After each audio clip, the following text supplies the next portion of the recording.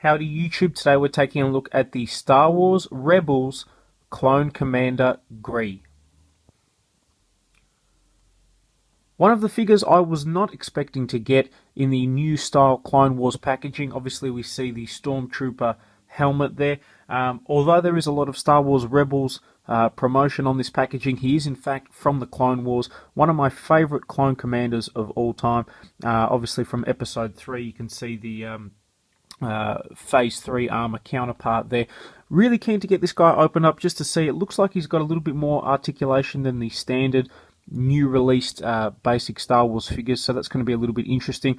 But he looks good in the packaging, that's for sure. Definitely a fan of the card and how they've designed this. Certainly looks a lot different and is part of the hype, I guess, for the new Star Wars movie coming out at the end of the year. Alright, and taking a look at the back of the packaging, obviously it says Clone Commander Gree leads the 41st Elite Clone Trooper Corps during the Clone Wars. So, pretty cool. Obviously he's in a number of episodes in the actual Clone Wars series. Probably my favourite Star Wars related series. I think the whole thing overall is better than the prequel trilogy. But one thing that I really loved is as the series went on, it actually got a lot better. Got a little bit darker, and some of the stories they were telling, especially by the end there in Season 6, the Lost episodes, were really, really cool.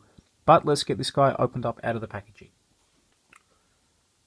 Okay, and here we have Commander Gree opened up and out of the packaging, and unfortunately there is no added articulation, which is a bit of a shame. I'll show you why I foolishly had my hopes up. If you look in packaging on the arms there, it looks like there was a cut for a swivel, but upon closer inspection, sadly, was not the case. So I'll move it forward so you guys can take a look at the helmet. I still love the design of this guy. He definitely looks very unique, very different to the other clone troopers.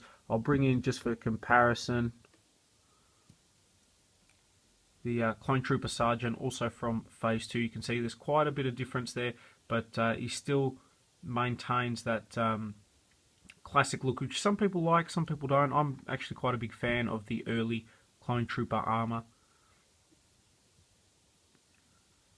Moving down, obviously he's got the I'm not quite sure what this is, if I'm honest, whether it be an ammo belt or what, but he does have it in the series. He comes with a blaster that pretty much just slots in his hand. You can also put it in the holster. It would have been nice if they had have included two, just because I'm pretty sure that's what he had in the show. But still, really cool. I mean, the price point for these guys is around the $10 mark, so you can't expect too much. But what's a shame is that you consider a few years ago we were getting, for a little bit more, all this added detail and articulation. So these feel really cheap, especially in comparison. And just comparing him to the Episode 3 version, I'd have to take this one any day of the week. It's just a lot more detailed. I love the sort of camo paint scheme. I love the accessories. Ooh, that was really, really stiff. I love the detail. I love that they've taken the time to have things like removable helmets, or give you quite a few accessories and things. So quite a difference. Some would say, well, that's why you buy the Black Series or the premium ones, but they're quite pricey, at least in the stores that are near me, which is quite a shame.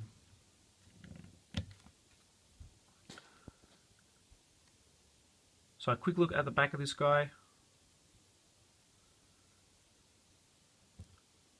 I'm still a fan. I always loved this character, especially when I saw him in the third movie and in the Clone Wars.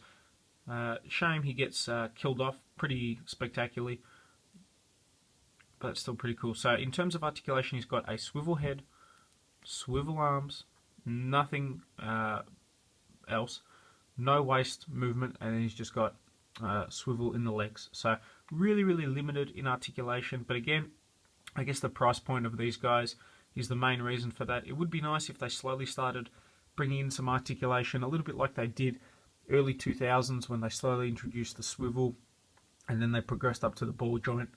But obviously they've got their reasons for going back to basics. Still, really nice figure. If you're a fan of Commander Gree, then absolutely, I think this guy is worth picking up.